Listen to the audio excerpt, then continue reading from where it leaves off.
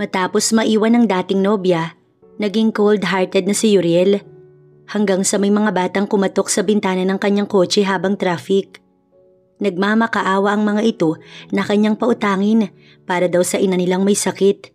Dala ng awat habag, tinulungan niya ang 3 bata na triplets pala. Doon niya natuklasan na ang ina pala ng mga ito ay kailangang operahan. Higit pa doon, ex-GF niya ang ina ng mga bata. Paano na lang kapag nalaman niya ang tunay na dahilan kung bakit siya nito iniwan? Alamin natin ang buong kwento. Tita, hindi po ba natin dadalhin si Mama sa hospital? Kawawa po siya. Palagi pong sumasakit ang dibdib niya. Rinig na rinig ni Emma ang pakikipag-usap ng isa sa triplets niya sa kanyang kapatid. Okay pa yan. Anong hospital? May pambayad ka ba? Nakikitira na nga lang kayo dito sa bahay namin ng asawa ko tapos 4 pa kayo. Tapos magpapa-hospital pa? Bigla na lamang nag-walk out ang kapatid niya. Mama, kami na po. Wika ni Tristan, ang panganay sa triplets. Mama, bakit po ganun? Kapatid mo po si tita, di ba? Bakit po siya masama sa'yo? Si Haida naman ang nagtanong. Maluha-luha na siya ng mga oras na yun, ngunit kanya lamang pinigilan. Mama, bakit po niya kayo kinakawawa pati po kami? Tanong naman ni Lucas. Magpasalamat na lang tayo sa tita niyo na may natitirhan pa tayo. Hindi niya na kasi alam kung saan sila pupulutin kung sakali mang aalis sila doon. Ang dati naman nilang bahay ni Emily noong buhay pa ang kanilang mga magulang ay inuupahan lang talaga nila. Pero ngayon, ang bahay nila ay ang bahay ng asawa ni Emily. Sariling bahay. Mama, okay ka lang po ba? Tanong ng anak niya nang napapahawak na talaga siya sa kanyang dibdib dahil sobrang sakit na.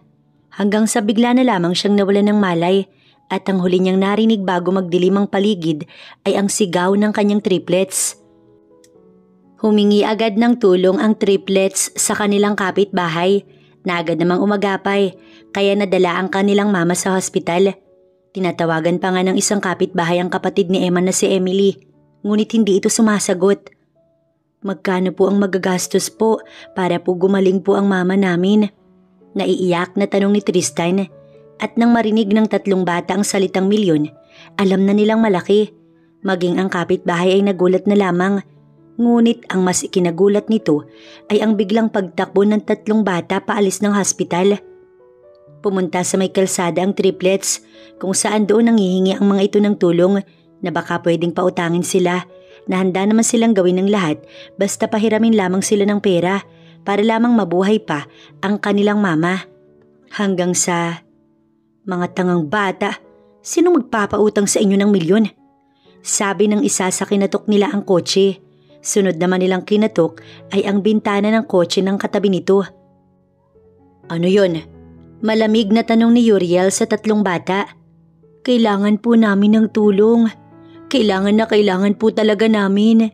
Tulungan niyo po kami. Gagawin po namin lahat. Basta po, pautangin niyo lang kami. Ang batang si Tristan, kulang na lang humagulgol habang sina Hayden at Lucas ay umiiyak. Dala siguro ng habag sa 3 bata na umiiyak sa kanyang harapan, napauo na lang si Uriel at kasama niya ang mga itong tumungo sa hospital kung saan nandoon daw ang mama ng mga ito. Emma Salazar. Hindi agad mag-sink in kay Uriel ang pangalan ng pasyente na sinabi ng doktor na siya ring ina ng 3 bata. Saglit na usapan pa ang nangyari bago niya ipinaubayan ang lahat sa doktor at sinabing siya na ang magbabayad ng lahat. Lumapit siya sa 3 bata at pumantay sa mga ito. Nakaupo kasi ang 3 sa may upuan sa hallway. Aalis na ako, natulungan ko na kayo. Malamig niyang saad sa mga ito. Sa katotohanang kapangalan ng ina ng mga bata ang ex niyang bigla nilang nawala at nang iwan ay bumalik ang pagiging malamig niya. Maraming salamat po sir, gagawin po namin ang lahat para po makabayad. Ngunit hindi niya na sila pinansin at umalis na. Walang lingon-lingon hanggang sa tuluyang makalabas ng hospital. Nakatulog ang 3 bata habang magkakatabi. Inaantay na maging maayos ang kanilang mahal na mama. Nagising lamang ang mga ito nang may tumapik sa kanila at sinabing, tapos na ang operasyon at magiging maayos na ang mama ninyo. Napangiti na lamang si Tristan maging sina Lucas at Hayden, tsaka na lamang sila magpapasalamat muli doon sa lalaking tumulong sa kanila at gagawin ang lahat upang makabawi. Matapos ang ilang taon niyang pagiging malamig sa ibang tao at walang pakailam, muling lumambot ang puso niya at sa 3 bata pa. Ngunit bakit? Tapos, nang malaman niya na kapangalan ng ex niya, ay bumalik na naman sa lahat. Hindi niya kasi makakalimutan ang ginawang pag-iwan ni Emma noon sa kanya, na halos ikawala ng kanyang bait. Ito kasi ang babaeng pinakaminahal niya, tapos ginanon lamang siya. Basta na lamang iniwan at sinaktan na parang hindi siya naging mabuting nobyo rito. Gayong ginawa naman niya ang lahat dito.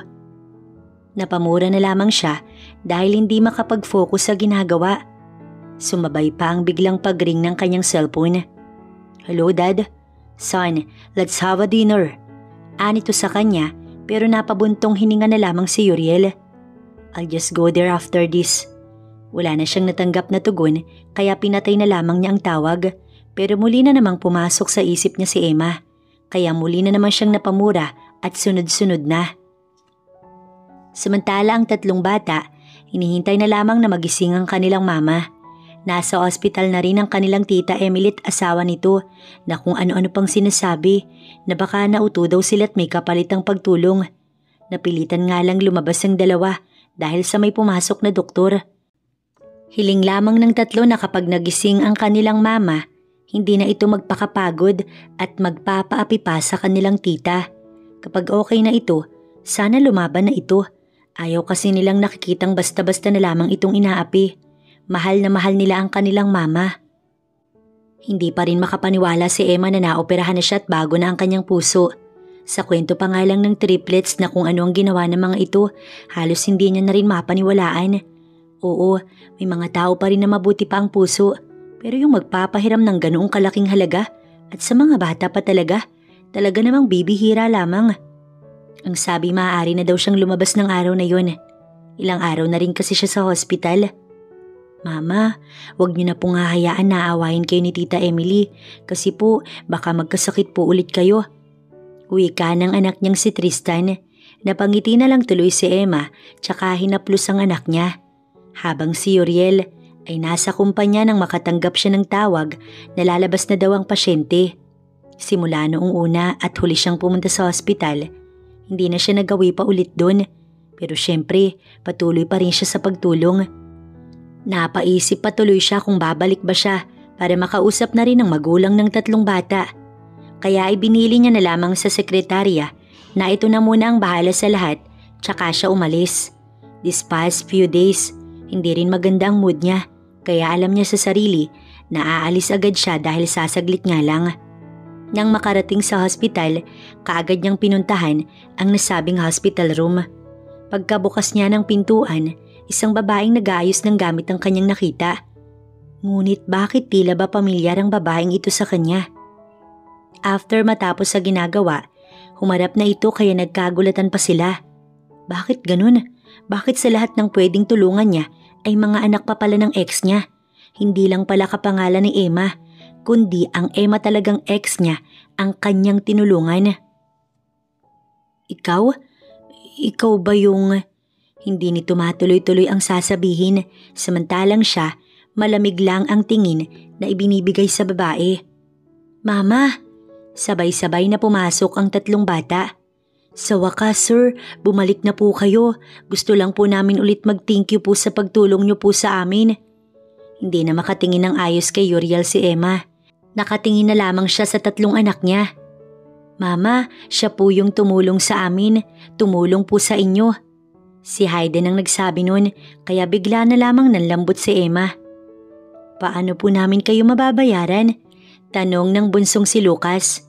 "Maging mabuti lang kayong mga bata." Napangiti ang 3 bata at napatalon pa. "Pwede niyo ba kaming maiwan muna ng mama niyo?" Tumango lamang ang 3 at iniwan ng 2, habang si Emma hindi napigilan ng triplets gamit ang tingin niya. "Kung alam ko lang na ikaw ang hiningan ng tulong ng mga bata, sana hindi na kita tinulungan." Masakit para kay Emma ang kanyang narinig, ngunit pinigilan niya ang pagtulo ng luha at pilit lamang nang humiti. "Maraming salamat sa pagtulong mo. Yun na lamang ang kanyang nasabi. Naisip ni Emma na magpaalam na susundan niya na lamang ang triplets. Ngunit may pahabol pa pala na salita si Uriel, kaya hindi na tuloy ang gagawin. Napakamalas naman ng 3 bata na ikaw ang ina nila. Yan ba ang karma mo, ang magkasakit? Kung masakit yung kanina, mas masakit naman ang panibago nitong sinabi. Maraming salamat sa pagtulong mo, Mr. Cuevas. Tatanawin ko itong isang malaking utang na loob. Mahinang natawa si Uriel. Dapat libre na lang eh. Walang kapalit. Pero dahil sa nalaman ko, bakit hindi ko hingan ng kapalit, di ba? Hindi magawang humarap ni Emma.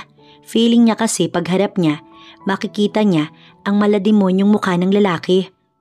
Kahit ano, wag lang mawawala sa akin ng mga anak ko. Hindi naman, pero mawawalay ka nga lang sa kanila. You will be my maid in my house. Babayaran kita, pero hindi ko may papangako na madali lang ang trabaho. Wala siyang agad na naging sagot hanggang sa bumalik na ang triplets. Kids, may bigay akong trabaho sa mama ninyo, okay lang ba? Gaya ng akala niya, ay tumutulang 3 bata.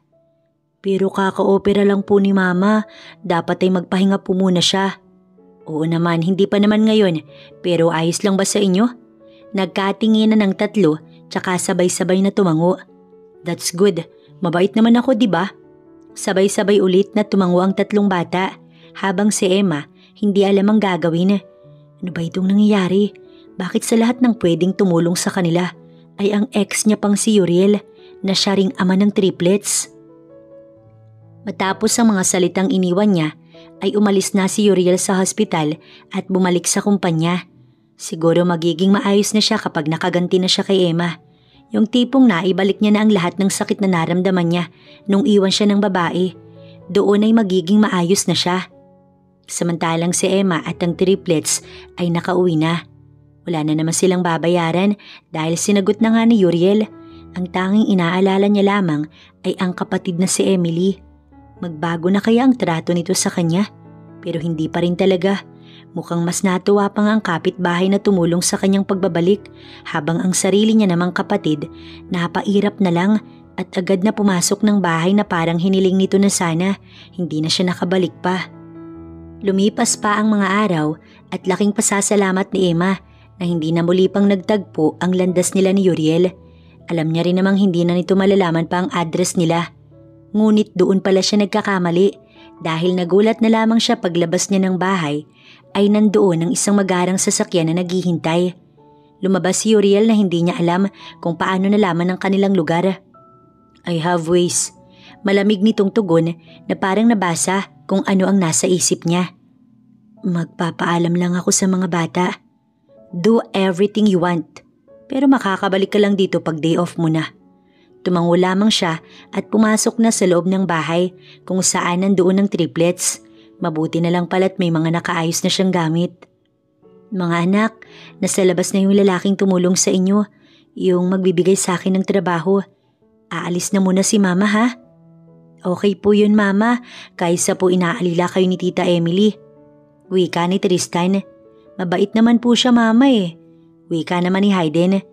Kung alam lang talaga ng 3 kung gaano kagalit sa kanyang lalaki, tiyak na malulungkot ang mga ito. Magpapakabait po kami dito mama, mabait naman po ang asawa ni tita, siya lang po ang maldita. Mahina na lamang na natawa si Emma, tsaka pa simpleng pinahid ang tumulong luha. Si mama naman namimiss kami agad eh, pabirong saad naman ni Lucas kaya natawa na lang siya. Matapos ang kanilang usapan, lumabas na siya kasama ang triplets na noong sumakay siya sa sasakyan, kumaway na lamang ang mga ito. Nasaan ang ama nila? Tanong ni Uriel. Patay na. Sagot niya na lamang sa lalaki. Malas naman nila na ikaw pa ang natira. Binaliwala niya na lamang ang sinabi ng lalaki. Wala rin naman kasi siyang mapapala kung papatulan niya at may utang na loob pala siya rito. Saglit lang ang naging biyahe. Mabilis silang nakarating sa bahay dahil wala namang traffic. Nakakatuwa lang na natupad na ng lalaki ang mga pangarap nito kahit wala siya. Successful na ito at may sarili ng bahay. Sariling bahay na noon, pangarap na nila. Naunang pumasok ang lalaki kaya sumunod na lamang si Emma. Isang matandang babae naman ang sumalubong sa kanila. "Sino po siya, sir? Girlfriend niyo po?" tanong nito sa amo. Mukha ba akong papatol sa ganyang klase ng babae? Mapang-insulto nitong sabi. "Makakatulong niyo, manang. Tsaka sila nito iniwan." "Ang ganda mo naman, iha." Saad ng matandang katulong. "Hindi naman po." Yun na lamang ang kanyang nasabi. "Maid ka ba talaga?" "Opo." "O siya, sumama ka na sa akin. Ituturo ko na din sa iyo magiging kwarto mo." Tumango na lamang siya at sumunod habang si Uriel ay napapangiti na lang. Sa wakas, magagantihan niya na rin si Emma at sisiguraduhin niyang mas dobling sakit ang mararamdaman nito. Naging kasundo naman agad ni Emma si Manang Lusing. Mabait kasi ito at kapag nagkamali ka, hindi ka naman agad mapapagalitan. Yun nga lang kinagabihan, umuwi ang amo nilang may kasamang babae. Bigla na lamang itong naging palautos. Pero tingin niya sa babaeng kasama nito, mukhang kung saan-saan lamang pinulot. Tapos kung makapag-utos pa sa kanya si Uriel, akala mo hindi siya galing sa hospital at operasyon. "Ang tagal naman yan." Inis nitong sabi nang puntahan na siya sa kusina. May pinapagawa kasing juice. "Saglit na lang po ito, sir." Napapailing na lamang ito tsaka siya iniwan. Nang matapos, kanya nang dinala sa dalawa ngunit gayon na lamang ang gulat niya sa kanyang nadatnan. Dapat ay inaasahan niya na iyon. Ngunit masakit pala dahil noong sila pa, kahit minsan, hindi nagawang magtaksil sa kanya ni Uriel. Pero ngayon, nakikita niya itong may kahalikan na ibang babae. Sa bagay wala na nga pala sila. Naibagsak niya tuloy ang dalang tray at sa pagmamadaling pulutin, siya ay nasugat.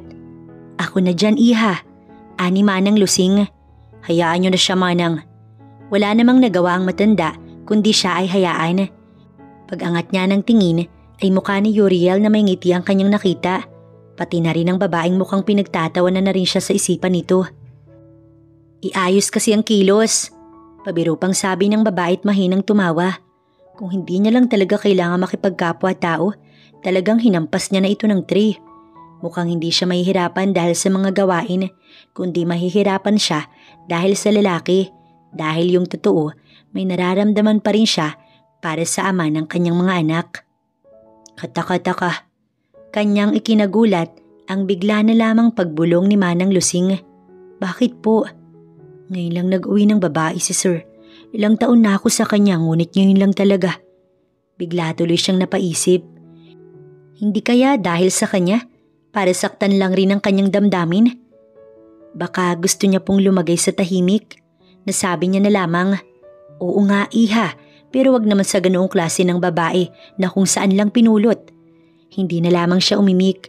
Ayaw na rin kasi ang maging mapanghusga. Nag-focus na lamang siya sa kanyang trabaho. Samantalang si Uriel ay napapangiti. Alam niyang unti-unti maipaparamdam niya rin yung sakit na naramdaman niya noon hanggang sa sobrang sakit na at hindi na nito kayanin.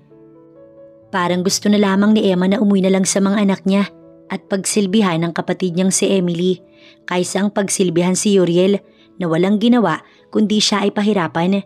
Marami kasing inuutos na parang hindi siya galing sa opera. Mabuti na lamang at kinakaya niya at tinutulungan talaga siya ni Manang Lusing, pero kung hindi, tsak hindi niya na kaya. Tulad na lamang ngayon. "Paghanda mo kami ng hapunan." Utos sa kanya ng lalaki. Kasama na naman ang bagong babae. Sigurado siyang bago na ito dahil iba-iba ang muka. Napapaisip tuloy siya kung hindi ba nagkakaroon ng sakit ang lalaki sa ginagawa nito. Katulong si Manang Lusing, hinainan nila ang dalawa ng hapunan. "Pweh, hindi naman masarap. Maalat." Ani ng babae matapos matikman ang adobo ni Manang Lusing na sigurado naman siyang hindi maalat dahil tinikman niya pa yun. "Hindi naman yan maalat," aniya sa babae. "So ano, ginajudge mo ang panglasa ko ha?"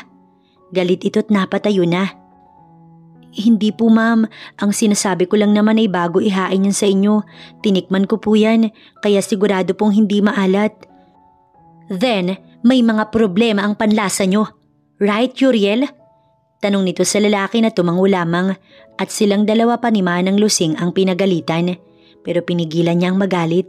Mabilis namang umalis ng dalawa at sila'y iniwan. Mukhang sa labas na lang kakain. Kung ganun ay sayang lang palang effort nilang dalawa ni Manang. Gabi-gabi tuloy siyang masama ang loob kapag natutulog. Kinabukasan, maaga silang gumising ni Manang at pinaghanda ang kanilang amo. Pero si Manang ay lumabas lang muna dahil may bibilhin lang daw, kaya silang dalawa ni Uriel ang naiwan. So mas magaling ba ang pinalit mo sa akin bago siya nawala? Tanong ng lalaki sa kanya. Hindi man lang tinikman ang niluto nila. Hindi siya sumagot at sinalina na lamang ng tubig ang baso nito, kaya hinawakan ng lalaki ng madiin ang kamay niya. I'm asking you. Labas na po sa trabaho ko ang tanong nyo. Mahina na lamang na natawa ang lalaki. Bakit? Bakit hindi mo masagot? Pilit niyang binawi ang kamay, ngunit hindi talaga niya ito kayang bitiwan. Sir, nasasaktan ako. Aniya na pero ayaw pa rin talagang papigil ng lalaki. Tumayo ito at doon na binitiwan ang kamay niya. Huwag kang umakto na parang malinis ka kasi hindi bagay. Tsaka siya nito iniwan. Sinuri na lamang niya ang kamay na medyo namula. Pagbalik ni Manang Lusing, takang-taka ito kung bakit wala na ang amo nila. Doon niya naisipan na sabihin na sa matanda ang tungkol sa nakaraan nilang dalawa ni Uriel. Ano ka mo? Ex-boyfriend ko po yung amo natin. Kung ganun, bakit hindi mo sabihin sa kanya ang totoo na anak ninyo ang 3 bata na inaakala niyang anak mo sa ibang lalaki? Wag na po siguro. Hindi ka dapat niya ginaganito, iha, dahil hindi naman niya alam ang hirap mo. Okay lang po, deserve ko naman po siguro. Nalulungkot na lamang siyang tinignan ng matanda. Kinagabihan ay wala nang kasama si Uriel nang umuwi ng bahay. Ngunit lasing naman ito at dahil may ginagawa si Manang Lusing, siya na ang umalalay sa lalaki hanggang sa marating nila ang kwarto. Lalabas na sana siya nang bigla siya nitong isinandal sa pader. Why, Emma? Bakit? Galit nitong tanong habang nakaharang ang kamay sa magkabilang tabi upang hindi siya makawala. Lasing ka lang, sir. Sabi niya na lang, ngunit malakas lang itong tumawa. Sabi ko, saglit lang ako. Babalik ako tapos magpapakasal na tayo. Pero bakit bigla kang nawala? Tapos sasabihin sa akin ng mga magulang ko na iniwan mo na ako dahil ayaw mo na sa akin. Bakit? Ginawa ko naman lahat, Emma. Kaya nga ako nagsikap kasi para sa'yo, para sa ating dalawa. May tumulo na ring luha mula sa mga mata nito dahil siguro sa paglabas ng nararamdaman nito. Hindi ko gustong iwan ka. Sa wakas, nasabi niya na rin ang gusto niyang sabihin. Unang beses pa lang na nagkita silang dalawa. Pero ginawa mo. Iniwan mo pa rin ako't hindi hinintay. At ngayong may anak ka na sa lalaking yun na pinalit mo sa akin. Bakit? Kaya niya ba to, ha? Tsaka siya nito siniil ng halik na mapagparusa. Ngunit hindi naman niya magawang itulak ang lalaki dahil ipininid nito ang mga kamay niya. Pero nang marinig ang kanyang hikbi, agad itong tumigil. Get out! Sigaw nito sa kanya. Dali-dali naman siyang sumunod sa lalaki at lumabas ng silid. Tanging pagsandal na lang sa pader at pagpikit ng mata na nagbabaka sakaling mababago ang lahat ng nagawa niya. Tinanggap niya nang wala ang dating lalaking mahal, nakasalanan niya rin naman. Nang sumunod na araw, balik lang sa dati ang lahat, inuutusan siya nito ng marami. At parang wala itong sinabi sa kanya noong lasing, ang hindi niya lang inaasahan ay ang bisitang darating. Emma, anong ginagawa mo rito? Tanong ng ina ni Uriel sa kanya na nanlalaki pa ang mga mata at para bang nakakita ito ng multo ng mga oras na iyon. Hindi ba't binigyan ka na namin ng pera para layuan mo ang anak namin? Ngayon, ano na namang ginagawa mo sa buhay niya? Alam niya na ba ang tungkol sa mga bata? Sunod-sunod na tanong ng ginang sa kanya sa mga oras na iyon.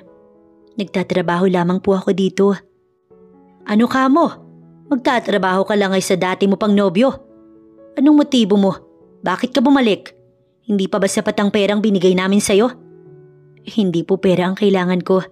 Kung gano'n ay anong kailangan mo? Kasi kung perang ipambubuhay sa mga batang yun, bibigyan kita. Hindi kita matatanggap, lalo na ng asawa ko, maging ang mga anak mo. Tila ba paulit-ulit na saksak ng patalim ang natanggap ni Emma ng mga oras na yun. Aalis naman po talaga ako. Kung gano'n bakit hindi pa ngayon? Umalis ka na. Sigaw nito sa kanya na halos ikabingi niya. Nang bigla namang dumating si Uriel na hindi narinig pa ang pagsigaw ng ina nito sa kanya. Ma'am, anong ginagawa niyo dito? Tsaka ito napatingin sa kanya. Anong ginagawa ng babaeng yan dito? Nakalimutan mo na bang iniwan kanya nun? Tapos ngayon biglang magpapakita ang babaeng yan? Galit na nakatingin sa kanya ang ginang habang kausap ang anak nito. Nagtatrabaho lang siya dito at wala nang iba. Napapikit na lamang ang ginang, marahil ay sa sobrang inis. Uutuin ka lang ulit ng babaeng yan. Hindi na ako magpapauto ulit, ma'am. Pero kung ang ipipilit nyo na naman ay ang huli nating usapan, mabuti pa'y umalis na lamang kayo. Muli siyang masamang tinignan ng ginang, tsaka ito umalis. Hindi mo masisisi yung tao kung bakit galit na galit sa'yo. Ani Uriel sa kanya. Sa bagay, iba nga pala ang alam nito sa kung ano talagang nangyari at hindi rin alam ng lalaki ang inamin ng mga magulang nito sa kanya. Tumalikod lamang siya kaya hinabol siya ng lalaki at hinawakan ng kanyang braso. Nung bumalik ako, sinabi nila sa akin na may nakakasama ka ng ibang lalaki. Nakita ka ni Daddy, ni hindi mo man lang daw ako kinamusta sa kanila. Tinignan niya lamang ang lalaki. Ano, hindi ka makapagsalita kasi totoo? Pinakitaan ka rin nila ng mabuti, alam mo yan. Yan bang sinabi nila sa'yo? May kaunting tapang niyang sabi sa lalaki. Bakit? Kaya pala yan rin ang pinaniniwalaan mo. Tsaka siya pilit na binawi ang braso na nagawa naman niya at kaagad nang iniwan ng lalaki habang si Uriel ay napapaisip. Anong ibig sabihin ni Emma? Samantala si Emma, hindi makapaniwalang natitiis ng sariling mga magulang ni Uriel ang apo nito. Ganoon ba kamata pobre at kasama ang ugali ng mga ito? Total ay day off naman niya. Umuwi na muna si Emma. Ni hindi na nga siya nagpaalam pa kay Uriel, kay Manang Lusing na lamang. Ngunit laking pagtataka niya kung bakit wala ang triplets sa bahay ng kapatid niya at ng asawa nito. Kaagad niya tuloy pinuntahan ng malapit nilang kapitbahay upang magtanong. Saan ka galing, Emma? Ilang araw kang nawala ha? Kapag tinatanong naman namin ng kapatid mo, wala namang maayos na maisagot. Pasensya na po, nangangatulong po kasi ako at ngayon lang po yung day off ko. Napapikit ang kanyang kapitbahay na parang may mabigat na pinoproblema kaya mabilis siyang napuno ng pangamba ng mga oras na iyon. Ang mga anak mo, palagi naming naririnig na umiiyak, lalo na ang bunso mo. Baka kung ano nang ginagawa ng kapatid mo. Yung asawa mabait pero yung kapatid mo, hindi. At takot naman ng asawa nun. Wala na siyang ibinigay na tugon at nagmamadaling pumasok ng bahay. Doon niya naaabutan ng kanyang mga anak na may kanya-kanyang ginagawa. Si Tristan ay naglalampaso, si Hayden naman naguhugas ng pinggan habang si Lucas ay nagpupunas. Mama! Kaagad na tinigil ng mga ito ang ginagawa at tumakbo papunta sa kanya. Napapikit na lamang siya habang yakap-yakap ang mga anak niya. Mabilis na dumako ang tingin niya sa braso ni Tristan. May mga pasang anak niya. Sinong may gawa nito? Tanong niya sa anak pero hindi ito sumasagot. Kakalaro lang po. Ngunit halatang halata niya na nagsisinungaling ito at para bang natatakot. Nandito na si Mama, sabihin mo kay Mama. Huwag kang matakot anak. Kuya, sabihin mo na. Wika ni Hayden. Pinapalo po kasi lagi ni Tito si Kuya kapag pinagtatanggol niya kami. Tanging ang paghilot na lamang sa sentido ang nagawa ni Emma matapos ng malaman. Buong akala niya'y mabait ang asawa ng kapatid dahil ang kapatid niya lang naman ang palautos sa kanya. Pero nang nawala siya, lumabas na ang tunay na kulay nito sa mga anak niya. Huwag kayong mag-alala, nandito na si Mama. Isasama niyo na po kami, Mama. Tumango si Emma kaya sabay-sabay siyang muling niyakap ng mga anak niya. Nang bigla naman silang makarinig ng sunod-sunod na palakpak. Nandito na pala ang aking magaling na ate. Siguro nagsumbong na sa iyo mga anak mo. Huwag kang makikinig sa mga yan dahil dinidisiplina lang naman namin sila. Proud pang sabi ng kanyang kapatid kaya hindi na nakapagpigil pa si Emma. Mabilis niyang nilapitan ng kapatid at isang napakalakas na sampal ang ipinagkaloob niya dito. Bakit mo ako sinampal? Galit na tanong nito kaya mas lalo siyang hindi na kontento sa ginawa at isang sampal pa ulit ang binigay niya sa magaling niyang kapatid. Aalis na kami dito. Galit niyang sigaw sa kapatid. Hay, sa wakas, mawawala na ng pabigat dito. Lumalaban na talaga ang kapatid niya. Sobra na ang kapal ng muka. Huwag kang mag-alala, Emily. kakarmahin ka rin at ang asawa mo. Baka nakakalimutan mo na pangalawang buhay mo na yan, kaya sana ingatan mo na. Ani at kasunod na lumabas ng bahay ang mga anak niya. Ang mga gamit nila, hindi na nila nakuha. Ayaw niya na ring bumalik pa sa loob at ang kapatid niyang sinaraduhan pa sila ng pintuan. Sa bagay, mga damit lang din naman ang gamit nila. Mabuti naman at nakuha mo na ang mga anak mo, Emma. Kung gusto mo, doon na muna kayo sa amin. May mga damit pa doon ng aking mga anak na magagamit ng mga anak mo. Talaga po, Aling Marita? Tanong ni Tristan sa masayang boses. Oo, wag kayong mag-alala. Mabait naman kami ng asawa ko. Pwedeng kami muna ang magbantay sa iyo kapag nagtrabaho na ulit ang mama mo. Maraming salamat po, Aling Marita. Si Hayden naman yun, habang si Lucas ay nakangiti ng mga oras na yun. Upang makarating sa bahay ng Ali ay naglakad pa sila. Ilang lakad din naman doon. Si Aling Marita naman, kilala niya na't alam niyang mapagkakatiwalaan. Pero wala pa po akong maibabayad. Hindi naman kailangan. Masaya kami ng asawa kong makatulong. Napangiti na lamang si Emma, tsaka niya hinagka ng noo ng kanyang mga anak. Ngayon panatag na siya na nasa mabuti itong kalagayan. Wala na makakapanakit sa mga anak niya. Habang si Uriel, nagiinit ang ulo dahil hindi man lang nagpaalam sa kanya si Emma na uuwi ito. Oo, day off naman ng babae, kaya marapat lamang na magpaalam ito sa kanya na hindi nito ginawa. Bigla niyang naalala ang 3 nitong anak. Siguro ay mahal na mahal yun ng babae. Ibig sabihin ba noon, minahal din ng babae ng sobra ang ama ng 3 bata? Higit pa ng naging pagmamahal nito sa kanya? Bakit parang nagagalit kayo, sir? Nagtatampo ba kayo na hindi nagpaalam sa inyo? Pabirong saad ni Manang Lusing sa lalaki. Amo niyo ko, kaya ganun ang dapat niyang gawin. Huwag kayong mag-isip ng kung ano dyan. Ngunit imbis na tigilan ng pangaasar, mas lalo lamang itong napapangiti at nagawa pang bumulong. Namimiss lang niya ang mga anak niyo. Ano? Hindi kasi nito narinig ng maayos. Laking pasasalamat naman ni Manang Lusing na hindi narinig ng maayos. Kasi kung narinig, tiyak na magagalit sa kanya si Emma. Yun pa naman ang kabilin-bilinan ng babae na huwag niyang mababanggit ang pagkakaroon ng anak ng 2. Nabatid niya naman kung bakit ganun ang naging pasya ng babae. Magkakagulo kasi ang lahat at yun ang natitiyak niyang ayaw ni Emma. Kaya nga nabibilib talaga siya sa pagiging mabuting tao nito. Matapos ang isang araw na day off, kinailangan na magpaalam ni Emma sa mga anak niya. May tiwala naman siya kila Aling Marita na alagaan nito at ng asawa nito ng maayos ang triplets. Mabuti na nga lang, nakakaunawa ang triplets at sinabi pa sa kanya na hindi naman daw kailangan mag-alala dahil magiging maayos lang daw ang mga ito. Kaya habang nasa biyahe, panatag ang loob ni Emma. Namiss kita, iha. Mahina na lamang siyang natawa sa sinabi ni Manang Lusing. Para naman pong ang tagal kong nawala. Nasabi niya na lamang kaya mahina din siyang natawa hanggang sa bigla na lamang silang napatingin sa taong bigla na lamang ding sumulpot. Kala ko hindi ka na babalik. Dinalaw ko lang po yung mga anak ko, sir. Hindi ito sumagot at iniwan silang dalawa ni Manang Lusing. Pagkaalis tuloy ng lalaki, tinukso-tukso siya ni Manang Lusing na baka daw na-miss lang siya ng lalaki kaya ganun. Samantala si Uriel, naisipan na dumalaw sa kanilang mansyon. Nagulat pa nga siya nang bigla na lamang siyang lapitan ni Manang at may sasabihin daw ito sa kanya.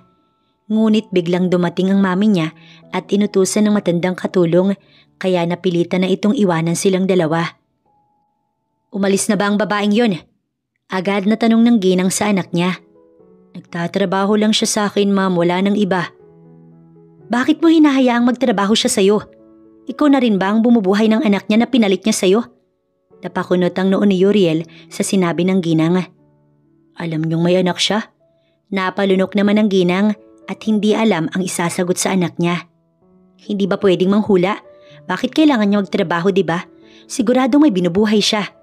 Napatango na lamang si Uriel tsaka nagpaalam na aalis na. Pinaalala naman sa kanya ng ina na may dinner ulit sila kasama ang nirereto ng mga ito sa kanya na hindi naman niya pinansin at nagtuloy-tuloy sa paglalakad niya nang biglang may humabol sa kanya.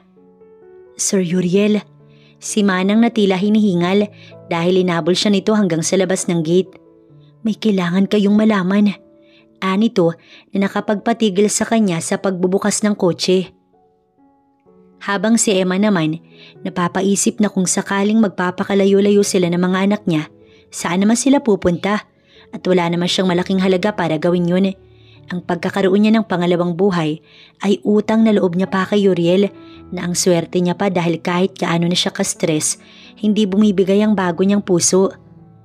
Manang, sa tingin niyo ba, kailangan na naming magpakalayo-layo ng mga anak ko? Tanong niya habang naghihiwa sila ni Manang Lusing. Bakit hindi mo muna subukan na ipaalam sa kanya ang totoo kung bakit mo nagawa yun? Paano kung hindi niya po ako paniwalaan, Manang? Paano kung paniwalaan ka niya? Hindi mo malalaman hanggat hindi mo sinusubukan. Doon natauhan si Emma. Siguro nga, tama na ring ikwento niya sa lalaki ang katotohanan. Hindi makapaniwala si Uriel sa kanyang nalaman sa matandang katulong, kaya heto siya, lasing na umuwi sa kanyang bahay. Parang hindi niya kayang humarap na nasa tamang wisyo kay Emma. Pagkatapos ng lahat ng masasamang salita na ibinato niya sa babae, pagkatapos niya itong ilang beses na insultuhin at pagkatapos ng paulit-ulit niyang pananakit dito. Sir, ang babae na nagmamadali siyang nilapitan at tinulungan. Hinayaan niya naman na tulungan siya nito. Ngunit ang tingin niya nga lamang madalas na dumako dito. Siguro nasaktan siya ng sobra. Nabulag na rin ang sakit na naging galit kaya kahit man lang ang magpaimbestiga at ipahanap sila Emma, hindi niya na ginawa at pinaniwalaan na lang ang sinabi ng mga magulang. Kasi kapag kaharap naman ng mga magulang niya si Emma, mababait naman ng mga ito at welcome na welcome pa nga sa kanila. Nang makarating silang dalawa sa kanyang silid, hiniga siya ng babae sa kama. Wait lang sir, pupunasan kita. Hindi siya makapaniwalang pagkatapos ng lahat ng ginawa niya, talagang inaasikaso pa rin siya nito. Sorry Emma, sorry. Aniya kahit papikit-pikit na. Habang si Emma naman ay nagtataka kung bakit nanghihingi ng sorry sa kanyang lalaki. Marahil ay dulot na lamang iyon ng kalasingan kaya kung ano-ano na rin ang sinasabi. I'm sorry please, huwag mo akong iiwan. Huli pa nitong sinabi bago tuluyang lamunin ng antok. Kinabukasan ay maagang nagsikilo si Emma at si Manang Lusing. Kanilang ipinaghanda ng almusal ang amo. Si Manang Lusing ay binati ang amo habang sina Emma at Uriel ay nagtinginan lamang. Si Emma ang nasa isang tabi habang kumakain ng lalaki, habang si Manang naman ay may itinimpla lang saglit. Nagulat na lamang siya nang tumayo si Uriel. Wala kang ibang lalaki, di ba? Hindi totoong ipinagpalit mo ko. Nagka-eye to eye silang dalawa dahil kasi sa sinabi ng lalaki, napilitan siyang tignan ito sa mga mata. Alam ko na ang totoo. Mukhang may alam na ang lalaki, ngunit gusto niya pa rin kumpirmahin. Kapag kaharap ka, mabait sa akin ang mga magulang mo. Pero kapag wala ka, kulang na lang, ipagtabuyan nila ako. Ilang beses nila ako inalok ng pera para lang layuan ka. Kahit sa bahay namin pumupunta sila. Pero noong araw na yun, na kailangan na talaga ng kapatid ko para maoperahan siya at hindi mawala sa amin.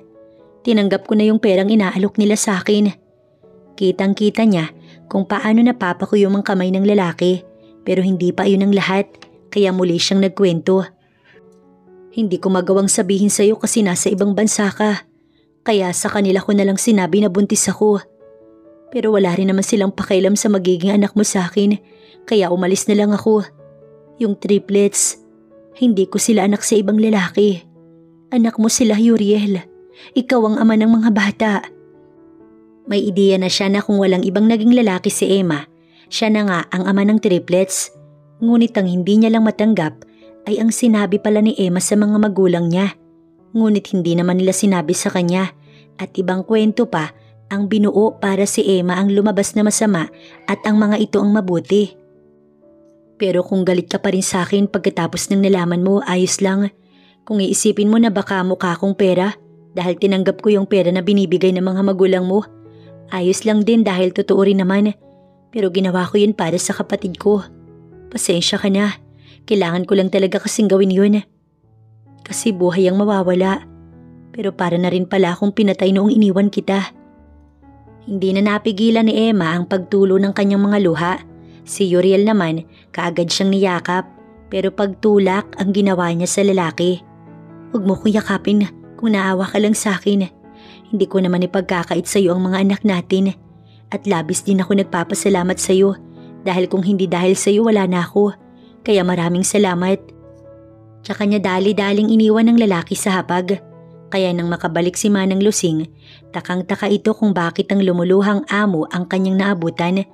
Ngunit nang maalala niya ang huli nilang napag-usapan ni Emma, nagkaroon siya ng ideya.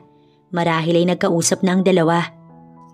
Umiyak nang umiyak si Emma sa loob ng kanyang silid at pagkatapos nun ay inayos niya na rin agad ang sarili dahil alam niyang may trabaho pa siyang kailangan na gawin at gampanan. Pilit ng ngiti ang inilagay niya sa labi. Laking gulat niya na lamang na ang nakikipagtalong Uriel ang naabutan niya nang pumunta siya sa sala ng bahay. What? San mo nalaman yan? Hindi namin yan magagawa ng daddy mo.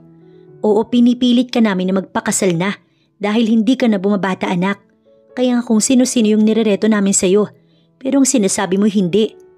Pagtanggi pa ng ginang sa kung ano ang ginawa sa asawa niya. Pero napahilamos na lamang sa sariling palad si Uriel tsaka ito napamura. Please mom, don't lie. Alam ko na ang totoo at may nagsabi na sa akin. Kala ko pa naman noon tanggap niyo si Emma at okay siya sa inyo. Pero iba pala. Ginawa niyo yun? Sinong nagsabi sa'yo niyan? Yang babaeng yan? Sabay turo sa kanya. Hindi siya. Sigaw nito sa ina. Huwag mo kong sinisigawan ng ganyan. Mami mo ko. Kayo, mga magulang pa ba kayo? Pagkatapos ng ginawa niyo sa akin, miski mga apo niyo, natiis ninyo dahil sa pagiging matapobre ninyo ni Dad. Yang babaeng yan, sinira niya ang lahat nang bumalik siya. No ma'am, sinira niyo kami. Mariing sabi ni Uriel. Kung ang pera lang ang pag-uusapan, hindi kailanman sasapat ang binigay ninyo. Pero tinakot niyo ako na itatakwil niyo bilang anak si Uriel. At yun ang nagtulak sa akin na iwanan siya. Mas lalong hindi makapaniwala si Uriel sa narinig. Son, that's not true. Pagtatanggol agad ng ginang sa sarili. Kaya sa galit ni Uriel, malakas na itong napasigaw. Umalis na kayo sa bahay ko, ma'am. Bago ko pa makalimutan na may mga magulang pa ako. Napipilitan namang umalis ang ginang. Kaagad na nilang pinuntahan ni Uriel ang kanilang mga anak. Napag-isip-isip niyang hindi na kailangan pang maghirap ng mga anak niya. Ngunit laking gulat nila nang walang triplets na madatnan sa loob ng bahay. Nasaan ang mga anak ko, Aling Marita? Napalakas na ang boses niyang tanong. Kinuha siya ng kapatid mo, Emma. Halos kakakuha lang. Hindi kami nakapanglaban ng asawa ko dahil may mga kasama siya. Hindi nga namin alam kung anong pwede nilang gawin sa mga bata. Naiiyak na sabi nito kay Emma. Habang si Emma naman, walang pagdadalawang isip na tumakbo palabas ng bahay para tunguhin ang bahay ng kapatid na hindi naman kalayuan. Emily, lumabas ka dyan! Kulang na lang, sirain ni Emma ang pinto ng bahay at nang lumabas ang kanyang kapatid, isang malakas na sampal ang natanggap nito sa kanya. Nasaan ang mga anak ko? Galit nitong tanong. Aba, ewan ko ba kung nasaan? Pataray pa nitong sagot. Kung ako sa'yo, sasabihin ko na kaya sabihin mo na. Isang sampal ulit ang natanggap nito mula sa kanya. Ilabas mo ang mga anak ko.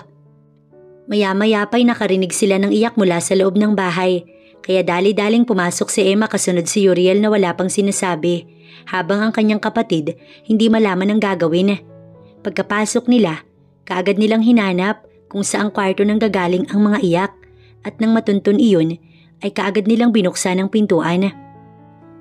Doon nila nakita ni Uriel ang tatlong batang umiiyak habang ang asawa ng kanyang kapatid ay may kausap. Tila ba may balak na ibenta ang mga bata ng mga oras na yun. Ngunit nang lapitan niya ang tatlo at yakapin, ay naibaba nito ang cellphone. Hindi na natuloy ang sasabihin dahil isang malakas na suntok ang natanggap mula kay Uriel. Ang kakapal ng mukha niyo! Pati mga bata idadamay ninyo sa kasamaan nyo. Galit na saad ni Emma. Para naman magkaroon ng silbi ang mga anak mong yan. Si Emily na kaagad niyang nilapitan at isang sampal na naman ang natanggap nito mula sa kanya. Napakawalang utang na loob mo. Hindi ko naman hiniling na sana magkaroon ka noon. Pero sana naman naging mabuting tao ka. Pero nang mabigyan ka ng pangalawang buhay, nag-iba ka. Hindi na ikaw ang kapatid ko. Ginawa ko naman lahat para sa'yo, di ba? Kaya nga iniwan ko ang mahal ko. Nang mga oras na yun, pinalabas na nila ang 3 bata kung saan nag-aantay si Aling Marita, pati na rin ang asawa nito. Eh di sana pinabayaan mo na lang ako na mawala kung nagsisisi ka pala. Sana nga Emily, sana nga. Tsaka ito dire-diretsyong naglakad palabas ng bahay.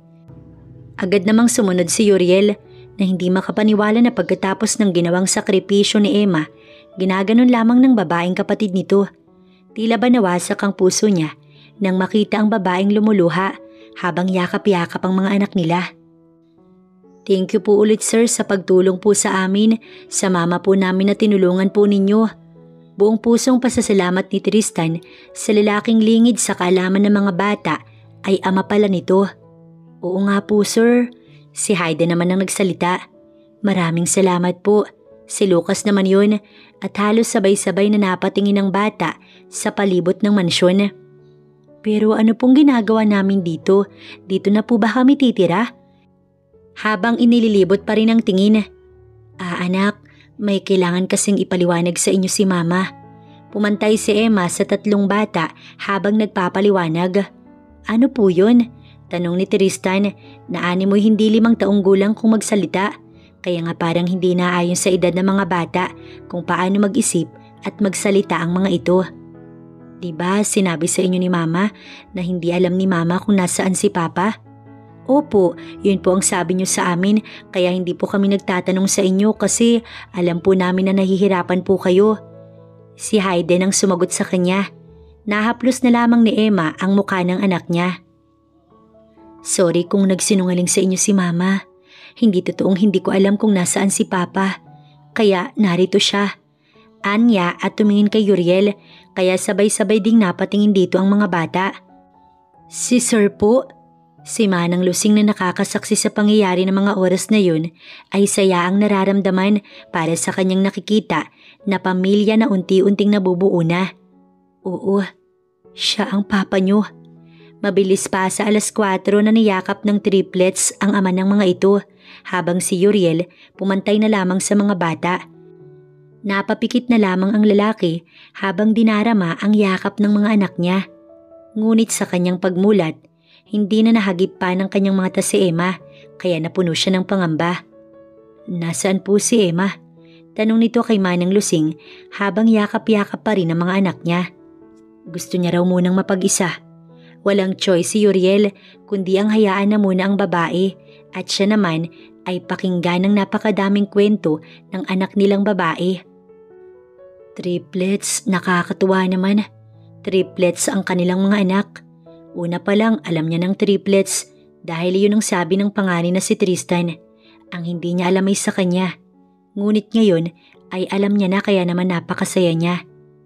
Siya kasi ang ama ng mga ito. May anak siyang may mga mabubuting puso. Samantala si Emma, nasa loob lamang ng kanyang silid. Masaya siyang alam na ni Uriel ang totoo. Mukhang naiintindihan na rin ng lalaki kung bakit niya ito nagawang iwan. Ngunit sadyang hindi niya pa rin maiwasan na mangamba sa mga susunod na pwedeng mangyari. Magiging masaya na nga ba sila? O simula lamang ng panibagong pagdurusa? Matapos ang pag-ayos ng sarili, lumabas na siya ng silid at tinungo ang kanyang mag-ama na masayang nagkukwentuhan. Mama, tabi ka po sa amin. Agad siyang sumunod sa utos ng anak at tumabi nga sa mga ito. Ang bawat isa ay may ngiti sa labi. Ngunit ang ngiti ni Uriel, mabilis na nawala ng kanyang maalala ang mga pinagsasasabi niya at mga ibinato niyang mga salita sa ina ng mga anak niya. Kaya ngayon, iniisip niya kung paano siya makakabawi. May a-attendan akong event at gusto ko na kasama ko kayo ng mga bata. Mabilis namang napatingin si Emma sa lalaki na agad na umapila. Hindi ba nakakahiya kung isasama mo kami? Anong nakakahiya doon kung mga anak ko naman ang kasama ko't ikaw? Hindi na nakasagot pa ang babae at tanging pagbuntong hininga na lamang ang nagawa. Tinawag na ni Manang Lusing ang 3 para sa hapunan kaya silang 2 na lamang ang naiwan. Bakit kailangan kasama pa kami? Tanong ni Emma. Dahil gusto ko na makilala kayo ng lahat. Paano ang mga magulang mo? Muli ay pagtatanong na naman ito. Huwag mo silang alalahanin. Hindi mo dapat sila pinoproblema. Napatayo na lamang ang babae at agad nagbigay ng reaksyon dito. Bakit hindi, Uriel? Kung sila ang nakikita kong kayang-kayang gumawa ng masama, bakit pati sarili nilang amo, hindi nila Bakit hindi, Uriel? Kung sila lang ang nakikita kong kayang-kaya na gumawa ng masama, baka pati sarili nilang anak, hindi santuhin at madamay. Kaagad na niyakap ni Uriel ang babae upang ito ay pakalmahin ng mga oras na iyon. Napapikit na lamang si Emma habang yakap-yakap siya ng lalaki. Nang gabing yun, tabi-tabi silang natulog. Nasa gitna nila Emma ang mga anak nila. Ang sarap pala sa pakiramdam. Yun yung pakiramdam na matagal niya nang gustong maramdaman. Walang hihigit o tutumbas na yaman sa pakiramdam niya na iyon. Habang pinagmamasdan si Emma at ang triplets nila na natutulog, hindi niya mapigilan ng mapangiti. Tsaka siya sunod na hinagka ng mga ito sa noo at nangako na gagawin niya ang lahat, maprotektahan lamang ang mga ito. Ipaglalaban niya ang babaeng mahal at ang mga anak nila sa lahat, kahit na sa sarili niya pang mga magulang. Kahit na mawala pa sa kanya ang lahat ng yaman siya, wag lamang ang mga ito. Kasama ang kanyang mag-iina, nagpunta nga si Uriel sa nasabing event. It was an awarding para sa mga best and magagaling talaga na taong mag-handle ng business. And as is expected, pumunta ang mga magulang niya na hindi niya agad nagustuhan ng binigay na tingin nang makita nila kung sino ang kanyang mga kasama. Uriel, sino sila? Tanong ng isa pa nang lumapit sa kanya. Hindi niya na ituloy ang sasabihin dahil mabilis na lumapit ang kanyang ina at ito ang sumagot. Pinsan. Okay tita. Napapatango pang sabi, ngunit halatang halata naman ang mga oras na yon na hindi ito kumbinsido. Ano bang ginagawa niyo, ma'am? Inis na nitong tanong. Mabuti na lang at nakalayo agad si Emma kasama ang mga anak nila kaya hindi na narinig pa ng tatlong bata ang usapan. Hindi ka na ba talaga nahiya? Bakit ko naman ikakahiya ang pamilya ko? Kami ng daddy mo. Hindi mo man lang ba kami bibigyan nun, ha? Napailing-iling na lamang si Uriel. Kayo ni dadang dapat na mahiya sa akin dahil sa ginawa nyo. At ang laki kong tanga dahil nagpadaig ako sa nakita ng mga mata ko at hindi sa kung ano ang totoo. Ang tanga-tanga ko. Ganoon ba kahalaga ang babaeng yun sa'yo? Sa tingin nyo ba? Hindi nakasagot ang ginang. Maya-maya pa'y dumating na ang asawa nito na kanya namang ama. Sinisira mo ang lahat. Kung gusto mo pala na ganyan ang buhay mo, mabuti pang bawiin ko na lang bawiin ang alindad, ang kumpanya. Then go. Huwag nyo lang isumbat sa akin yun. Anya tinalikuran na ang mga magulang. Mabilis niyang nakita si Emma at ang mga anak nila, kaya agad na din silang umalis sa lugar na yun. Pero Papa, kararating pa lang po natin. Nagmamaktol pang ang sabi ni Lucas. Kakain tayo sa ibang lugar. Sa sinabing iyon ng lalaki, natuwa na ito habang si Emma naman hindi kumbinsido. Sa isang famous restaurant sila nagdiretso. Wow, pang mayaman! Ani Hayden. Mayaman si Papa eh. Wika naman ni Tristan. Ililibre tayo ni Papa. At si Lucas. Napapangiti na lang tuloy si Emma. Noon niya nga lang nakitang ganoon kasaya ang mga anak niya. Nang makaupo na sila, kaagad nang nagbigay ng menu ang waiter at si Uriel na rin ang nag-order para sa kanyang pamilya. He's so happy. But then minsan talaga, kapag masaya ka na, doon naman biglang may manggugulo. Bakit hindi mo sinasagot ang mga tawag ko? Si Felicity na isa sa mga ginamit niya para pagsilosin si Emma. Pero walang nangyari sa kanilang dalawa ng babae. Sadyang ginawa lang niya talaga itong iuwi sa bahay para pagsilosin si Emma na pinagsisisihan niya na ngayon. Papa, sino po siya? Tanong ni Lucas. Natawa tuloy ang babae. What? Papa? As far as I know, wala namang anak si Uriel. Kaya what are you talking about, kiddo? Anito sa bata na ani mo'y maiiyak na habang si Emma hindi na makatiis pa at tumayo na. Please, wag kang manggulo. Wag manggulo? Hindi. Inagaw mo sa akin yung amo mo. Ano nilandi mo? Tapos ipapasalo mo pa yung mga anak mo? Sa inis ni Emma sa sinabi ng babae, isang malakas na sampalang natanggap nito mula sa kanya. Ngunit dahil sa hindi pa siya kontento at mukhang lalaban pa, muli pang binigyan ng isa. Ang kapal ng mukha mo, gigil nitong sabi. Yung sayo ang mas makapal, umalis ka. Napipilitan namang umalis ang babae. Sa wakas, nakaganti na rin siya noong kung ano-ano ang pinag-uutos nito sa kanya. Samantala ang tatlong bata, pinalakpakan ng kanilang mama. Agad namang pinaliwanagan ni Emma ang mga anak niya. Mali ang manakot ng tao mga anak. Yun ang palagi niyong tatandaan ha. Isa pa nga ay mali doon na nakita ng mga bata ang ganoong pangyayari. Baka kasi isipin nilang tama yun at gayahin. Naging tahimik ang kanilang dinner. Hindi pinapansin ng triplets ang kanilang ama. Ngunit nang pauwi na sila habang ang dalawang kapatid ay tulog, bigla namang nagtanong si Tristan. Pwede po ba akong magtanong, Papa? Oo naman anak. Si Mama po ba, mahal niyo po ba siya? Tanong na hindi inaasahan ni Uriel, kaya naman hindi niya agad nasagot. Mabilis tuloy na nakadama ng disappointment ng bata. Hindi siya nito pinansin hanggang sa makapasok na sila sa loob ng mansyon. Naihatid na nga niya sa kwarto ang mga kapatid nito, hindi pa rin siya pinapansin ng anak niya, kaya napabuntong hininga na lamang si Uriel. Habang si Emma, pinanonood na lamang si Uriel kung paano ba nito susuyuin ang anak nila. Son, gusto mo bang malaman kung gaano ko kamahal ang mama mo? Nakaupo ang bata sa kama habang ang lalaki naman ay pumantay dito. Mahal mo po si mama? Ngumiti si Uriel. Oo naman, kasi paano kayong mabubuo noon kung hindi, di ba? Pero sabi po ni mama, may mali daw po siyang nagawa kaya hindi namin kayo nakasama agad, pero naiintindihan ko naman po si mama. Noong una hindi ko rin naiintindihan ng mama nyo, pero ngayon ay naiintindihan ko na. Kaya alam mo ba, isa na lang ang gusto ko. Ano po yun? Puno ng pagtatakang tanong ng bata. Ang maikasal kami ng mama nyo. Hindi na narinig pa ni Emma ang tungkol doon dahil sa bumaba na ito para makipag-usap muna kay Manang Lusing. Samantala si Tristan, masayang masaya dahil magkakaroon na sila ng buong pamilya.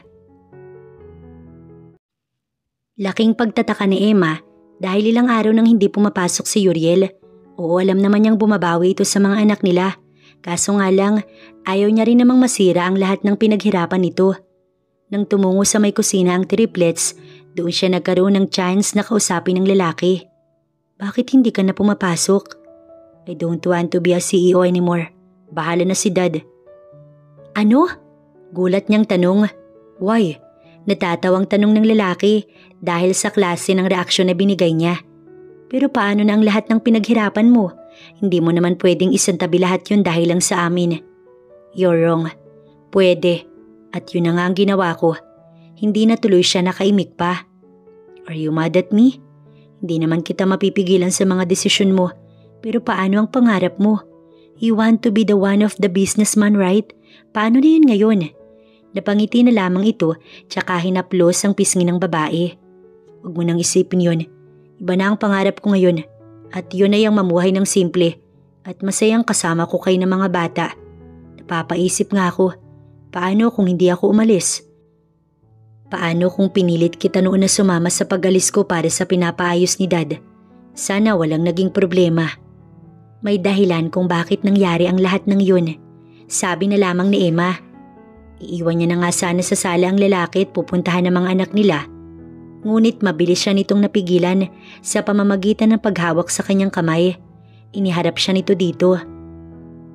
I want to know, do you still love me? Hindi niya alam kung bakit ngayon lamang sila nagtanungan ng ganun. Siguro ay nahuli lamang. Hindi naman nawawala ang pagmamahal ko sa iyo, Uriel. Ikaw lang nag-iisa at ang natatanging lalaking minahal ko. After sa lahat ng sinabi ko sa iyo, mahal mo pa rin ako? Oo, dahil kasalanan ko rin naman. Pag-iling ang naging tugon ng lalaki. Huwag mong akuin ang lahat. May kasalanan din ako. Wala akong ginawang paraan para malaman ko kung ano ang totoo. Niwala na lang ako sa mga magulang ko at nagpabulag sa galit sa iyo kaya hindi na kita pinahanap. Isa pa, lahat din naman ng tao'y nangangailangan. Mabilis tuloy na nagsituluan ang mga luha mula sa mata ni Emma na kaagad namang pinunasan ng lalaki. Shh, baka isipin ng mga anak natin pinapaiyak kita. Ikaw, mahal mo pa ba ako? Lakas loob na tanong ni Emma. Gusto niya kasing malaman, malay niya ba kung lahat ng pinapakita nito para lang sa mga anak nila. Ngunit imbis na sagutin ng diretsa ang tanong niya, ibang klase ang tugon na ibinigay nito. Pakakasalan kita and I will make sure na this time na wala na makakapaghiwalay pa sa atin. Sa sobrang saya ni Emma, mahigpit niyang nayakap ang lalaki. Worth it din naman pala lahat ng kanyang paghihirap. Naiwan si Emma kasama ang 3 bata. Nagpaalam kasi si Uriel na may aasikasuhin lamang.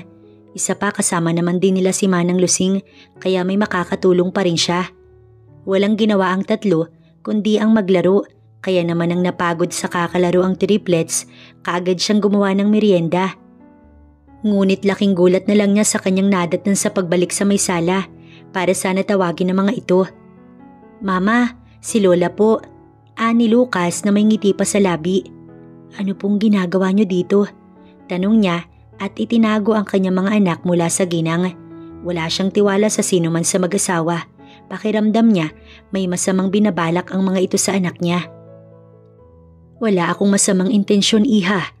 Agad na paliwanag ng ginang sa mahinahong boses. Kaya parang hindi siya sanay dahil hindi boses na parang nakakataas ito sa kanya o kaya naman ay nag-uutos. Kapag po galing sa inyo, parang ang hirap pong paniwalaan. Diretsahan niyang sabi. Ayaw niya ng marami pang salita. Mama, sabi niya po mami siya ni papa namin kaya lola po namin siya. Ang galing mama, may lola na po kami.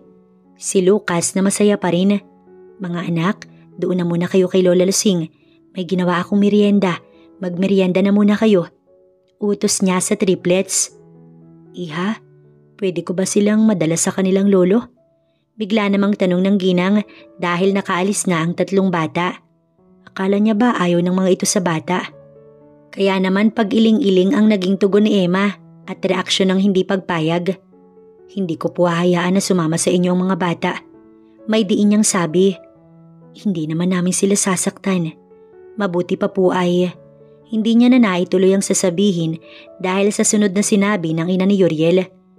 May cancer ang asawa ko at gusto niya sana na makita ang kanyang mga apo. Maniwala ka man o hindi, pinagsisisihan na namin ang aming mga nagawa. Ang pakikialam namin sa buhay ninyo ni Uriel dahil namuhay kami sa makalumang paniniwala na ang mayaman ay dapat lamang sa mayaman. Hindi agad siya nakapagsalita dahil sa sobrang gulat pero pinanatili niyang walang emosyon ang mukha niya. Sasabihin ko po kay Uriel, maraming salamat iha. Napuno ng saya ang mukha nito na yayakapin na sana siya ngunit bigla siyang napaatras kaya malungkot ng ngiti na lamang ang naging tugon nito. Matapos iyon, umalis na ang ginang habang siya hinintay na lang ang pagbabalik ni Uriel at saka sinabi sa lalaki kung ano ang ipinaalam at nais ng ina nito. At naniwala ka naman. Hindi biro ang cancer, kaya sa tingin ko nagsasabi ng totoo ang mami mo dahil hindi ginagawang biro ang sakit na yun. Napabuntong hininga na lamang ang lalaki. Alright, pupunta tayo. Nakatanggap din kasi ito ng text mula sa ina kung saang hospital nandoon ang daddy nito. Brain cancer, yun ang sakit na meron ng daddy ni Uriel. It's already in stage 4. Ibig sabihin, matagal na ito at noong una'y binaliwala lamang. Nagsimula sa palaging pananakit ng ulo na hindi pinansin o pina-check up dahil mas sinuuna palagi ang negosyo. Kahit nga siya ang namamahala ay talaga namang hindi kampante ang kanyang daddy to the point na hindi na nito naaalagaan ng sarili at ngayon huli na ang lahat. Son, tawag nito sa anak. Yes, Dad. Pinipigilan lamang ni Uriel ang maiyak ng mga oras na iyon habang si Emma labis din na nalulungkot sa pangyayari dahil alam niyang pakiramdam na mawalan ng magulang. Alagaan mo ang mga anak mo, pati na rin ang mami mo. Tsaka ito tumingin sa kanya at pakasalan mo na siya. Huwag ka nang magsayang pa ng oras. Nag-uutos na sabi nito. Yes, Dad, I will. Mabilis naman itong tugon. I'm very sorry, son, sa lahat ng nagawa namin ng mami mo. Gagaling ka, Dad. Gagawin natin lahat para gumaling ka. Hindi ka pa nga nakakabawi sa mga apo mo. Pangungumbinsin nito sa ama pero napailing na lamang si Mr. Cuevas. Tanggap ko na ang kapalaran ko. Siguro, eto na rin ang karma ko sa hindi pagiging mabuting tao sa mundong ibabaw habang ako ay nabubuhay. Ngunit hindi ko pa pinagsisisihan na naging anak kita. Proud na proud ako sa iyo, kami ng mami mo. Doon na napahagulgol si Uriel. Kahit na noong huling pag-uusap ay hindi naging maganda ang kinalabasan ng lahat, ngayon ay nagkakaunawaan na. Pero ngayon bakit parang kapos naman ata ang oras? Mabuti na lang at nakausap na din ng daddy niya ang triplets na kasama si Manang Lusing. Sandaling lumabas ng silid si Uriel at sinundan naman siya ng mami niya at ni Emma na siyang nagpapalakas ng loob niya na magiging maayos din ang lahat. Hindi niya na pinasabi sa'yo. Pagkatapos kasi ng lahat ng ginawa namin, hiyang-hiya siya sa inyo. Tanggap na rin niya na hanggang dito na lang ang buhay niya. Pagkukwento ng ginang. Sayang lang kung kailan niya gustong makabawi tsaka naman siya naubusan ng oras. Biglang nakadama ng kakaiba si Uriel kaya bumalik siya sa loob ng silid kung saan doon niya nakita ang ama na tila ba nahihirapan. Babantayan ko kayo kahit wala na ako. Ang mga huli nitong sinabi bago tuluyang ipinikit ang mga mata. Doon na sila napasigaw at nag-iyakan. Nang makabalik tuloy ang triplets, napaiyak din ang mga ito. Lalo na si Lucas na talagang napakalakas. Maging si Manang Lusing, labis na nalulungkot sa nangyari. Ngunit ganun talaga ang buhay. At kahit wala naman ang daddy niya, mananatili ito sa kanilang puso at isipan. Hinding-hindi malilimutan. Unti-unti silang nakapag-move forward. Alam din naman ni Uriel na kahit wala na ang daddy niya, gusto nito na maging masaya pa rin sila. Ang mami niya, unti-unti na ring umingiti. Sa tulong na rin ng mga apo na palagi itong pinapasaya. Nalilibang ang kanyang mami. Sayang nga lang kung maaga pa lang ay narealize ng mga ito ang lahat. Sana matagal nilang nakasama ang mga apo. Ngunit ganun talaga. Lahat ng tao ay nagkakamali. Ang mahalaga ay yung natuto tayo doon. Naisip rin ng mami niya na tumulong sa mahihirap. Kung saan ang unang naisip nito na tulungan ay ang lugar kung saan lumaki ang mga apo nito. Siyempre tumulong sila at sumama para sa pamimigay ng tulong. Hanggang sa may bigla na lamang ng gulo. Walang iba kundi ang kapatid ni Emma. Natakot tuloy ang triplets kaya mabilis na nagtago sa kanyang likuran habang si Emma naman ang nakikipag-usap dito. "Huwag kang manggulo dito." Saad nito sa kapatid na natawa lamang. "Bakit ate? Bakit hindi? Big time ka na. Wala ka man lang bang balato dyan? Ayos na pala kayo ng mga anak mo." Natatawa pa nitong sabi. "Wala kang makukuha sa akin." "At bakit naman wala?" Meron pala." Napangiti ang babae dahil sa pag-aakalang pera ang ibibigay ng kapatid. Ngunit maling-mali ito doon. Isang malakas na sampalang natanggap ni Emily. "Ayan, sana magising ka na ha at magbago ka na. Tandaan mo, hindi lahat ay makakatiis sa ugali mong meron ka." Napairap na lamang ang babae tsaka ito dali-daling umalis doon. "Yun ba talaga ang kapatid mo, iha?" Napatanong tuloy ang mami niya kay Emma. Nakakalungkot man pero siya nga po. Napailing na lamang ang ginang. Mapagtatanto din noon ang mga pagkakamali niya. Sana nga po, nasabi na lamang ni Emma. Sana nga magbago pa ang kapatid niyang si Emily. Naniniwala siyang kayang-kaya pa rin itong magbago. Matapos ang pagtulong nila at pamimigay ng relief goods ay sa isang restaurant sila nagpunta upang kumain. Ang triplets muna ang pinapili nila ng kakainin ng mga ito tsaka sila namili ng sa kanila. Saglit siyang nagpaalam na magbabanyo muna. Ngunit pagbalik ni Emma, takang-taka siya kung bakit nawala na ang triplets. Pero ang kinagulat niya naman ay ang biglang pagluhod ni Uriel ng isang tuhod sa kanyang harapan. Tatanungin niya pa sana kung nasaan ang mga anak nila. "Emma Salazar, will you marry me?"